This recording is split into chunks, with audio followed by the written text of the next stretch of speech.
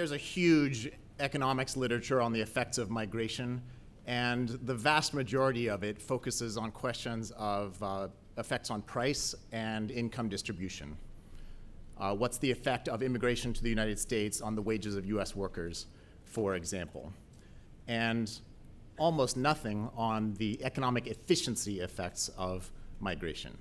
And it's a little strange when you think about how the trade literature developed, or indeed how the discipline of economics developed. It started with the question of what's the economic efficiency effect of trade, and only after generations of that got to questions of effects on prices and distribution. Migration seems to have missed that step, and recently that's changed. There's been a small but important shift in the economic research on migration, and it has focused on questions of efficiency. What's the impact on national and global wealth from the decentralized decisions of workers to move from one country to another one? And that's what I'm going to talk about, starting with this, which to me is one of the most remarkable facts of the world economy. We call it the place premium. And what you're looking at is the gains to moving to the United States from 42 different countries for a 30-year-old male with high school education or less.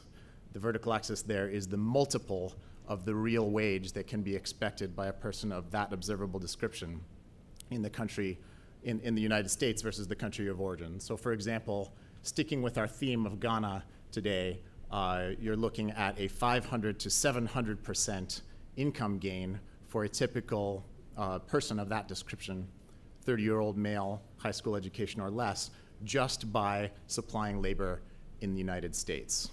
So that's a gigantic price wedge.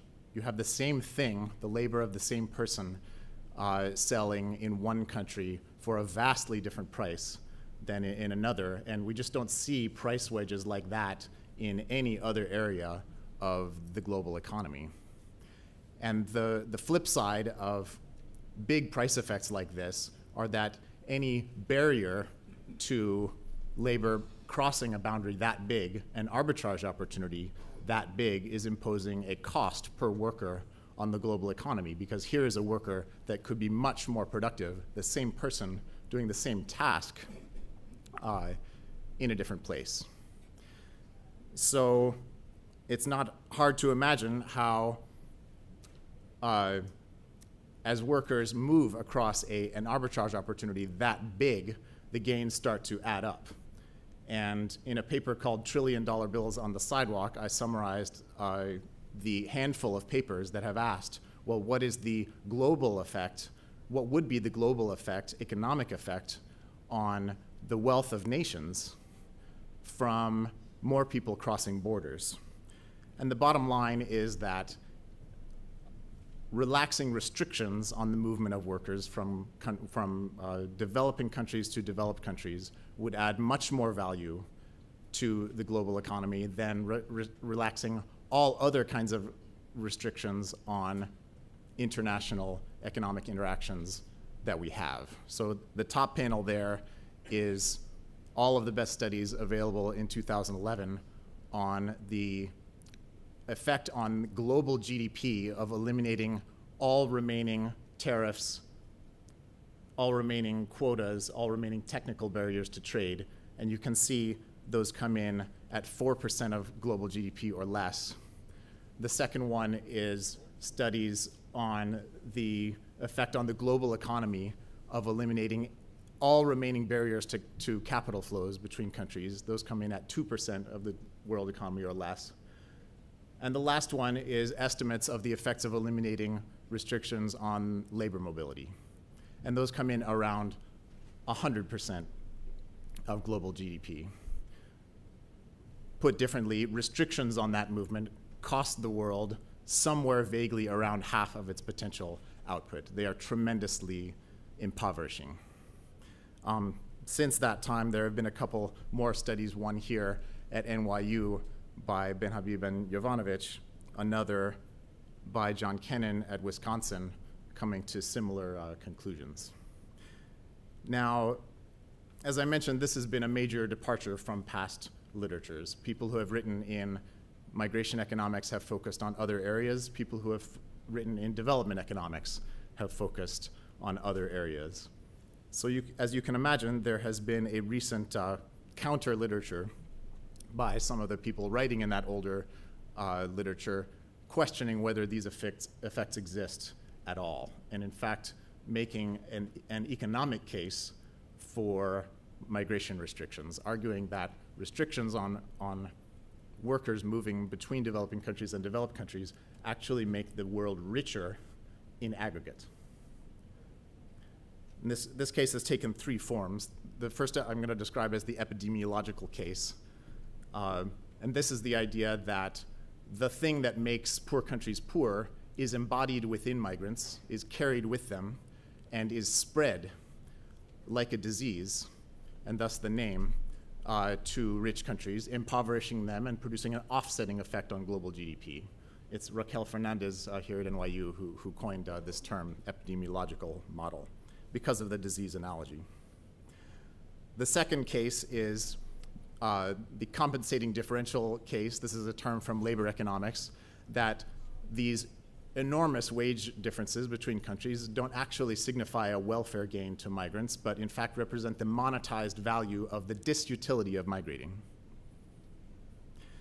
And the third case that's been made, the contingent valuation case, is that a large global contingent valuation survey asking people whether they want to move or not suggests that not many people want to move in current circumstances, and the gains to eliminating barriers to them moving would not be so large. So I want to go through these one by one. And it's a little ponderous to read stuff out, but I want you to know that I'm not misrepresenting these positions, so I'm just going to let the authors talk.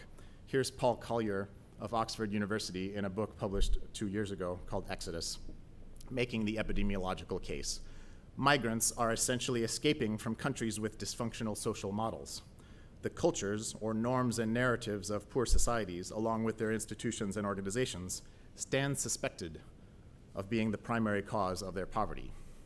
So, uncomfortable as it may be, he writes, there are large cultural differences that map into important aspects of social behavior, and migrants bring their culture with them, with the potential risk that the social model of the destination country will become blended in a way that damagingly dilutes its functionality. Remember that in economic terms, not all cultures are equal.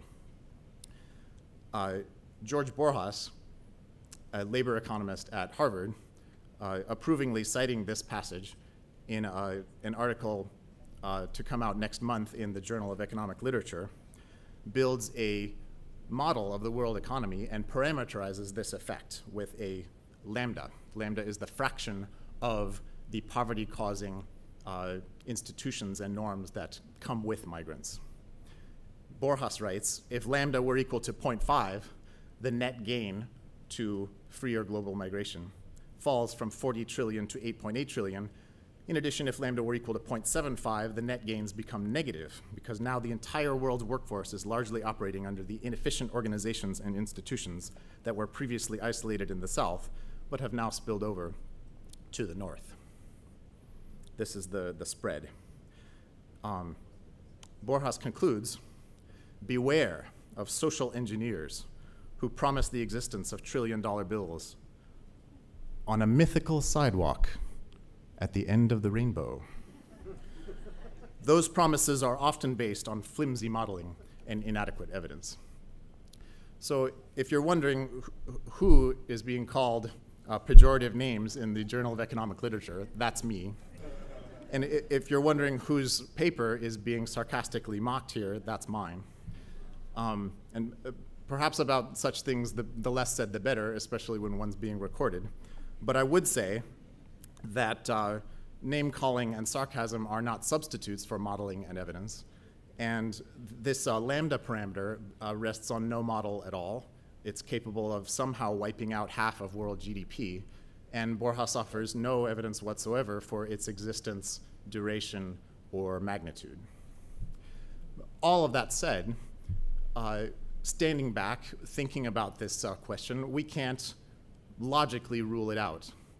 It is not impossible that there is a level and certainly speed of migration that could alter the political economic institutions of destination countries, and that those could hypothetically have effects that would be detectable macroeconomically. It's the quantitative content of this model that I think needs to be more carefully assessed, and that's what I'm going to do toward the end of this talk. Before, I just want to mention the other two cases, economic cases for restrictions on labor mobility. The compensating differential case is made by Borjas in a different place. Here he is writing in one of the two existing university textbooks that focus on international migration, on the economics of international migration. Kennan and Walker, an Econometrica paper, estimate that it costs $312,000 to move the average person from one state to another within the United States. That is, the immobility of people in the United States suggests that they would need to be compensated with a $312,000 net present value benefit from moving in order to get out of North Dakota and go to California. If moving costs were indeed in that range, it is easy to show that the huge global gains from migration become substantially smaller and may even vanish after taking moving costs into account. If the cost is $140,000, only half of what is typically reported in existing studies, that is, Kennan and Walker's study of the United States, the entire present value of the global gains from migration is wiped out. And wiped out means the gain could be zero or negative. That is, again, barriers to global migration are making the world better off on net. So, I just want to let this settle in for a moment, because this analysis is so unserious that I wouldn't even bring it up if it were not in one of the only two existing textbooks in the field and published by Harvard University Press. So what's going on here is that a willingness to pay, calculated based on behavior of some of the richest people in the world, in the United States of America, is being used to characterize the preferences of people for non-traded amenities in some of the poorest and most destitute places on Earth. So with identical reasoning, I could conclude that there are no hospital births at all in Malawi or Haiti. Why? Because in the United States, the economic cost of a hospital birth rises towards $20,000. And if I were to take a figure of, say, $10,000, only half of what is reported in existing studies, I could reasonably conclude that almost no one in Malawi or Haiti is willing to pay $40,000 or $50,000 for the hospital births of their 4 or 5 children.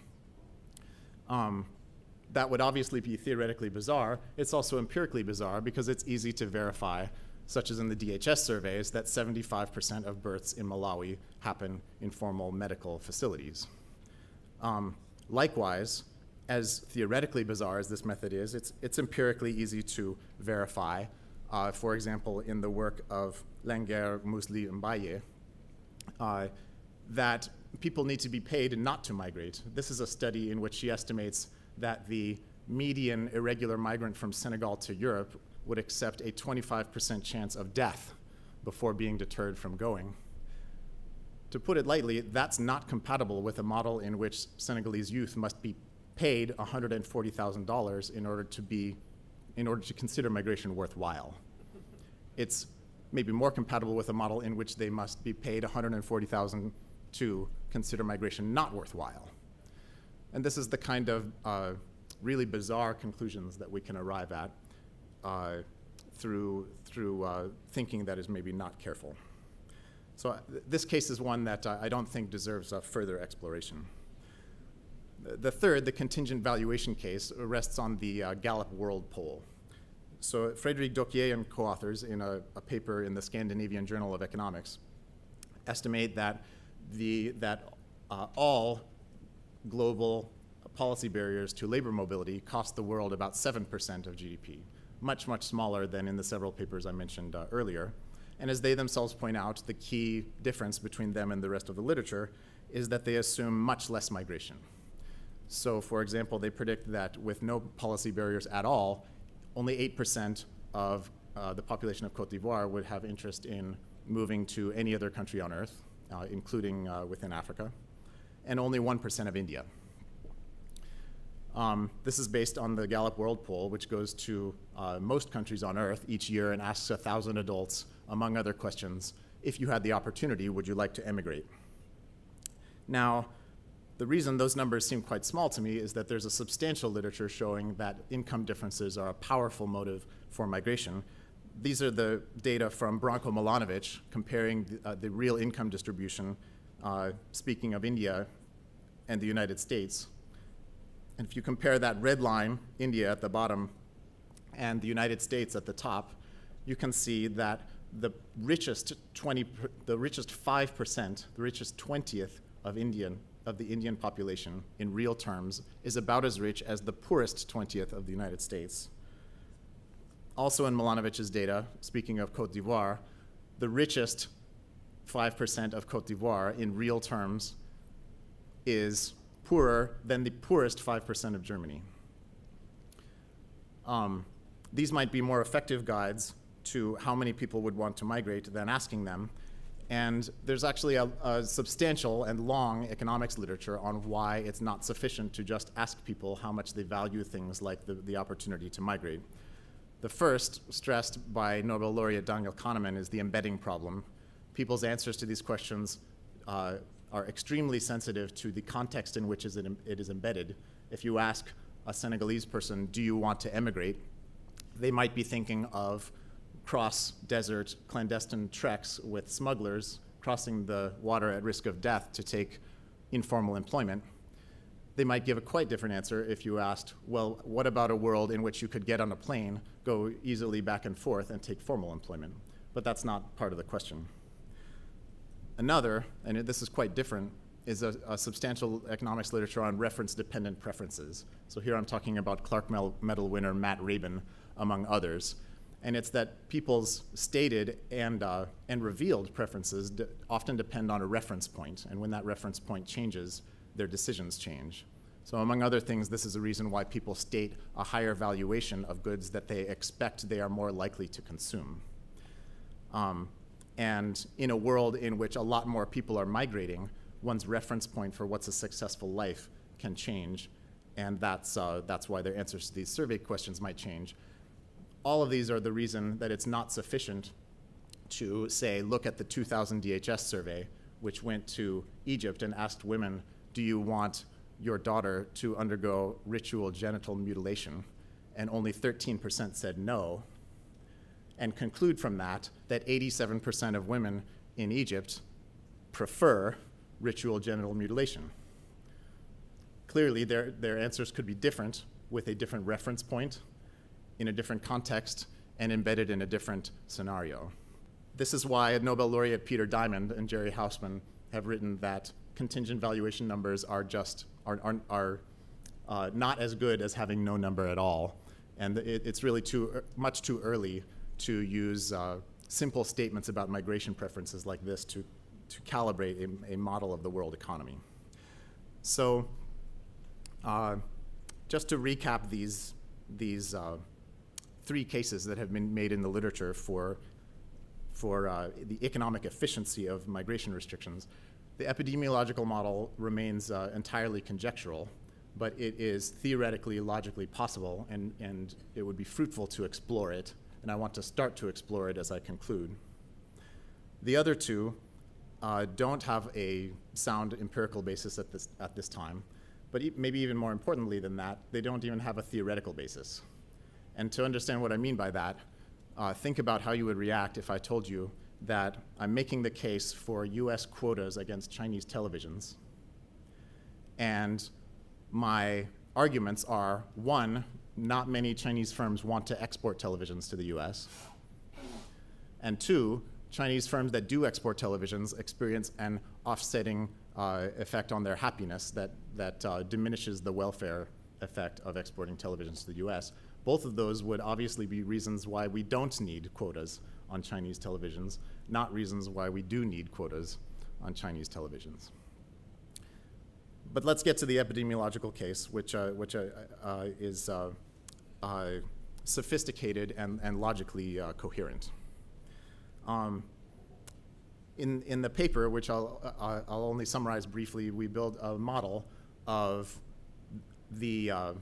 what would dynamically efficient migration be if there is this epidemiological effect, this transfer of total factor productivity via migrants from poor countries to rich countries. And I'll just sketch it out very intuitively. The result for what would be optimal dynamically efficient migration ends up depending on 3 parameters. The assimilation rate, how quickly do migrants who arrive in a destination country assimilate to have the productivity of other workers in that place. What I'll call the transmission rate, exactly how much of low productivity comes with them, and what you might call a congestion rate. Are there nonlinearities in this process so that past a critical mass, there start to be even bigger effects? Just to this graph, which I'll just touch on quickly, shows what these parameters mean. Across the bottom, phi is the fraction of migrants in the destination country society that are unassimilated. That goes from 0 to 1. That, of course, depends on the assimilation rate. Little m migrants flowing in each year into the country, assimilating at a rate A. That left-hand vertical axis up to A upper bar is the high total factor productivity at the destination country originally. That A lower bar on the right-hand side is low total factor productivity at the origin. There's a gap gamma between A lower bar and A upper bar, and a fraction of that, tau, the transmission rate, comes with migrants. So that if you were going to create a weighted average of the 2 countries' total factor productivity, accounting for the fact that only some of it comes with migrants, it would look like that solid downward sloping line, and if there were congestion effects, they would depart nonlinearly from that line, as you can see with the A tilde. And notice, we are just wiping away all of the effects that Yao just talked about. There's no positive effect of migrants at all on the destination economy, no stimulus to trade, which has been documented by Mascus and many after him, no stimulus by idea transfer, such as in the work of Bill Kerr, no stimulus to investment, such as the work of Beata Jaworczyk et al. The only thing that migrants do is harm the destination country in this model by bringing bad stuff with them. So I'd say it's conservative in that sense. And we get dynamically optimal migration by essentially setting the gains equal to the costs.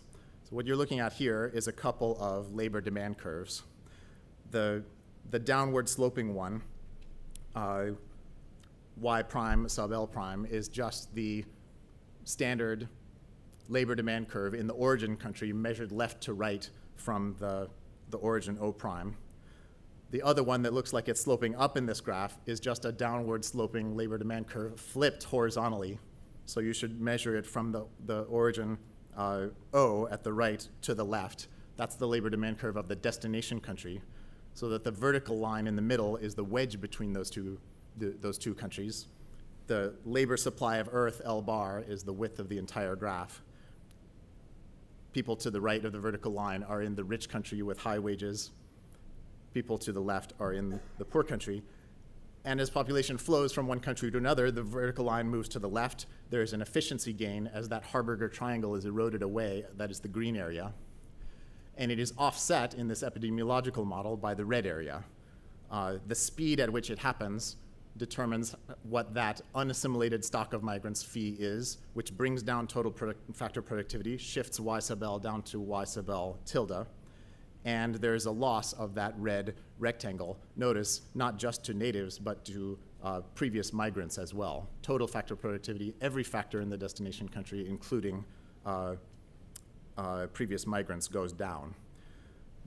Setting those two equal, discounted across time, is pretty simple with a simple production function, and it's not hard to derive a simple condition for what is dynamically optimal migration when those two are equal. Very intuitively, it depends on the assimilation rate. When assimilation is more, you can expect more migration to be dynamically optimal. When discounting rho is greater, it goes down because a lot of those gains happen in the future. When the transmission rate is greater, more of that bad stuff is coming with migrants, the optimal migration goes down, et cetera. And we want to quantitatively assess this rate. So some of these parameters are not hard to guess. We know what the gap in productivity is roughly from Holland-Jones, QJE, and many others that have followed them. We can posit a reasonable discount rate. But these parameters in red, the assimilation, transmission, and congestion, are really unknown. So what we do in the paper is take a look at US Census data and say what would reasonable values for these parameters be. This is what the earnings of an early 30s high school degree only male worker who is US born, horizontal line, horizontal gray line, look like compared to the earnings of an early 30s male Ghanaian-born person, high school education only, by how many years since arrival. So just arrived on the left, 10 years in America, 20 years in America, 30 years in America. So suppose we conservatively estimated that entire divot at the beginning is all bringing low productivity from Ghana, and calculate the assimilation rate based on the exponential decay of that bad stuff in the showing up in the earnings of these Ghanaians. Here's what it looks like for Nicaragua, less of a hit at the beginning, but also slower assimilation. Here's what it looks like for Mexico, even less of a hit at the beginning, but even slower assimilation. And from these, we can estimate what reasonable values for the assimilation parameter, characterizing that exponential decay, and reasonable values for the transmission parameter, tau, are to calibrate the model. That leaves congestion C.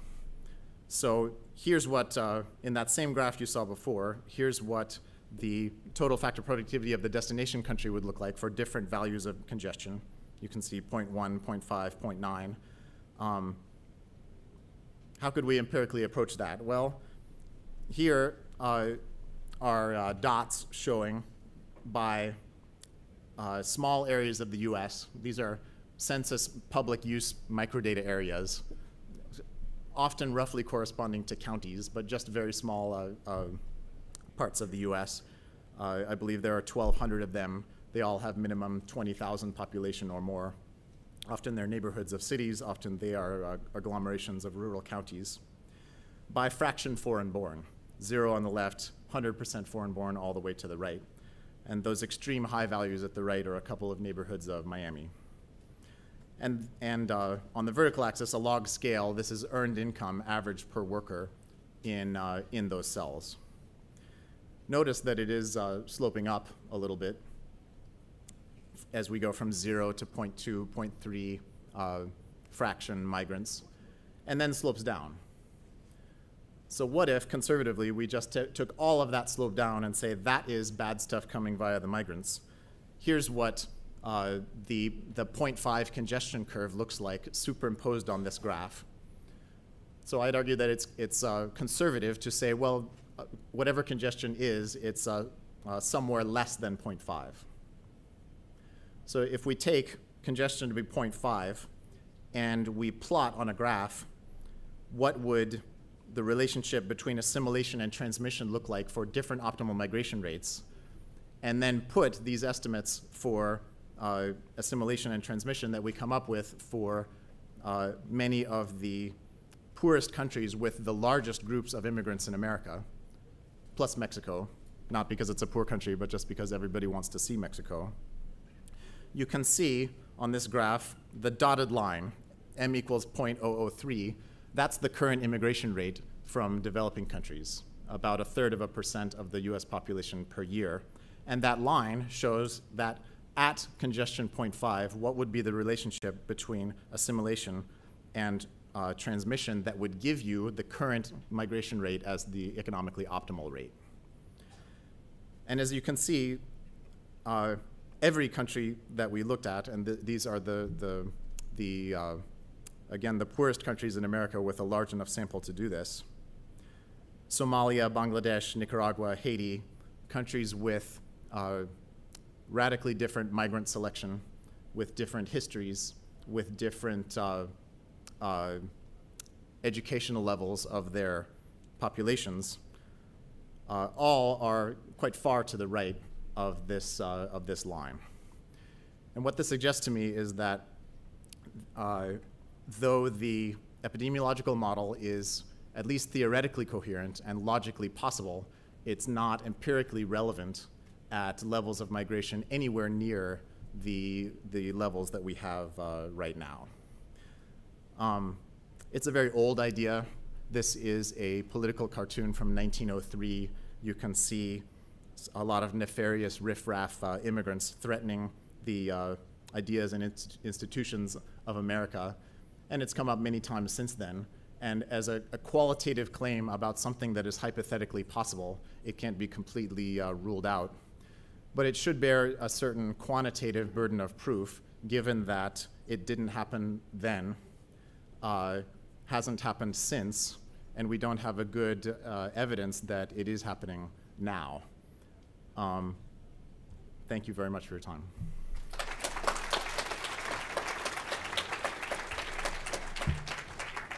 Thank you for that wonderful presentation. My name is Lillian Ajayi. I am a faculty member at SPS, and I'm also a nonprofit charity founder and CEO.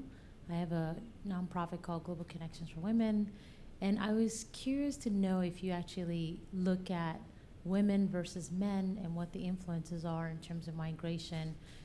What do we know about the same model, but just kind of broken out in sex? And then did you also look at age groups as well to see, we saw a lot of, up and down slope when you showed your Ghana chart. I wanted to know what was happening, what was leading it to kind of plunge. I'm guessing the longer you're in a country, you get to that aging stage, and I'm guessing that, of course, your earnings are going to go down, but are there any other factors that kind of influences the dip? Ignorance is my response to your fascinating questions. We didn't, it is a common cop-out from labor economists to look at male workers because you don't have to deal with questions of labor force participation, and not an appropriate one. And we haven't done any analysis broken down by gender or age groups, or the other things that you mentioned. And I think it's extraordinarily worthwhile because the answers could be quite different. So thanks for that. So the gains that you talk about to migration, it looks like you're focusing mostly on wages. And I think a common response is the cost that new migration would pose to public institutions, like in the US schools, for example, or the social welfare services that a lot of developed countries have. So what would be your response to the cost of that, factoring into the gains? I went to grade school in Salt Lake City, Utah, and my education was paid for by the state. And the reason that they did that was not charity. The reason that that was paid for by taxpayers of the state of Utah was as an investment in the future of Utah and the United States, an investment that has a positive social return. It was not conceived of or told to me as or executed as a donation to my not poor family from the pockets of Utah taxpayers. So I have never understood the claim that immigrants just come here and take money from our public schools. Public schools are not a soup kitchen. Public schools are a forum in which human capital is created at positive return, and the opportunity to invest in immigrant children in that way is a gift to the economic future of the country. So that's my maybe not radical enough, but radical response to that that question. Until we know that the returns to education for those people are negative, that money is not a handout and is not a loss. Okay, I'm going to make a common question, and I'm trying to bring a little bit of a European perspective, because maybe you don't realize it, but what you just presented is extremely topical on the other side of the I realize it. I spent last week in Germany. Oh, okay, that's why. Okay, no, at IZA. Yeah, it's more partly in the UK, obviously, the whole discussion on Brexit, but of course even more so in Germany and Sweden. Yes. And I guess that comes now to my question. I mean, your model seems to be still a little bit linear. What happens if you talk about immigration rates of a few percentage points per year? And I guess this is exactly the discussion we're having right now in Germany and in Sweden, for example, where we have a massive inflow of immigrants, combined, and that's my second question, with labor market institutions. Well, how do we put it politely? They're not exactly flexible. I mean, Germany just introduced a minimum wage, which might, so exactly the opposite as the US, which might make it very difficult to actually assimilate a large inflow of these migrants. What Borjas claims in his JEL article forthcoming next month is that we have little evidence, quote, little evidence, parentheses, read none, close parentheses, about what the nonlinear effects of very large migrant stocks might be. And you know, when I look at Australia with double the foreign-born percentage that we have here, when I look at Toronto with half the population foreign-born, most of it from developing countries with low total factor productivity, I don't see any empirical sign of them. And it was in an attempt to extend that kind of very rough intuition to something quantitative that I threw up all the local areas of the United States, some of which have extraordinarily high foreign-born fractions, to ask, can we detect something? And given that there is a little bit of nonlinearity, maybe we can't rule out that there are in that context. I don't know of another empirical approach to it. What you can see is where I put the burden of proof. Borjas clearly feels that we should assume extraordinarily large nonlinearities, such as congestion parameters of 1 or 2, until it is proven otherwise. And I think that until we observe them in any setting, we should be skeptical of them. But I don't have a good empirical approach to it. What you saw is the best one that I have, which is not good. I'm from Eritrea, and we're in the news a lot lately.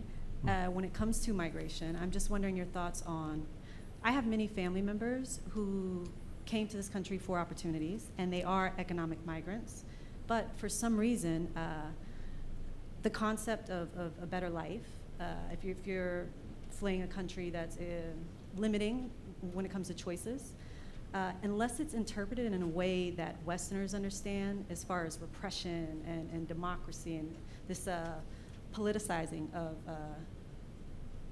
economic wants, do you feel that you have an additional challenge of getting people in developed countries to even respect the concept of economic migration versus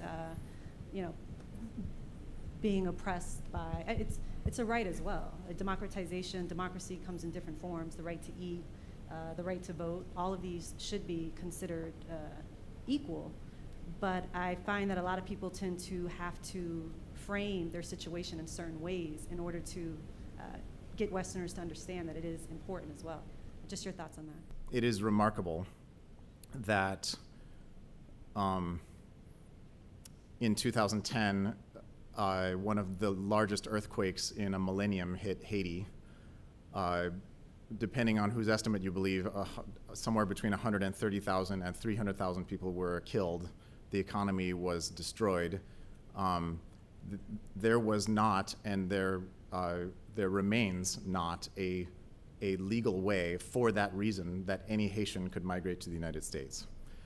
And I found that just bitterly ironic, in that there is this whole tradition of refugee law created in a certain context, which was post-World War II Europe, which meant that if I had been going around Haiti shooting people who practice voodoo, then people could say, well, I belong to a well-defined social group facing a credible threat of violent persecution, and therefore I'm a refugee, but not 300,000 people just died and I have no job and I can add value to the US economy. Can even 10 people come to the US for that reason? No. So that episode suggests to me that you are beyond right, that there's something about international law that is dramatically out of step with the realities of migration, especially the economic realities. And one of the most bizarre things in international law is that the Universal Declaration of Human Rights in Article 13 confers on every human being the unconditional right to emigrate, but nobody has an unconditional right to immigrate anywhere. So if you want to go to Antarctica, that's fine, and that's enough for the Universal Declaration of Human Rights.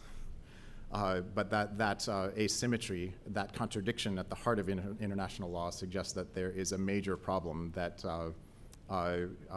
young people need to work on. I was hoping you could speak to costs of restrictions on migration, especially if you think about homeland security in the U.S., Frontex in Europe. There's enormous costs that are imposed just on societies based on that. So. Doris Meissner used to run the INS. It was the INS when she ran it. Now it's Citizenship and Immigration Services in the U.S. She did a fantastic study for Migration Policy Institute where she totaled up the cost of enforcing U.S. borders.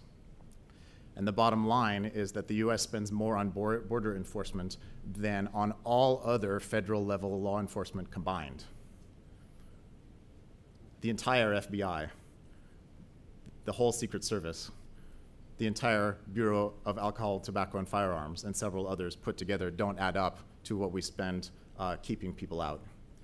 And these are the kinds of expenditures that, again, make me ask where the burden of proof should lie. Should we just assume that those are economically optimal until proven otherwise, or should we demand evidence that that is actually assisting the United States to maintain its economy, institutions, and culture?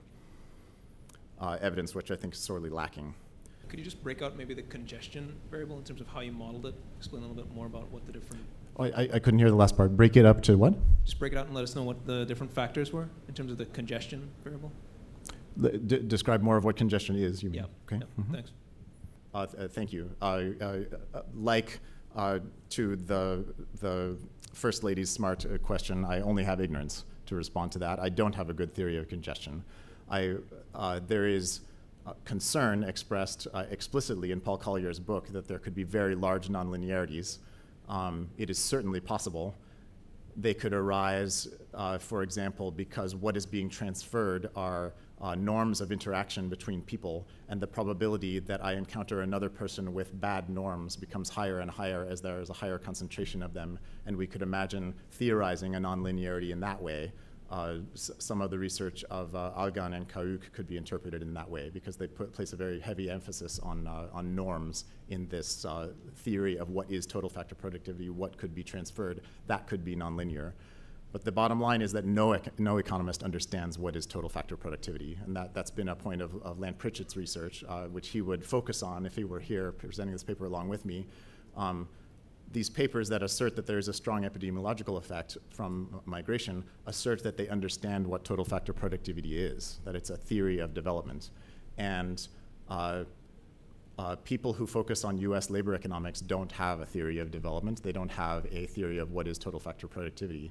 And that remains for perhaps researchers like you. Thanks.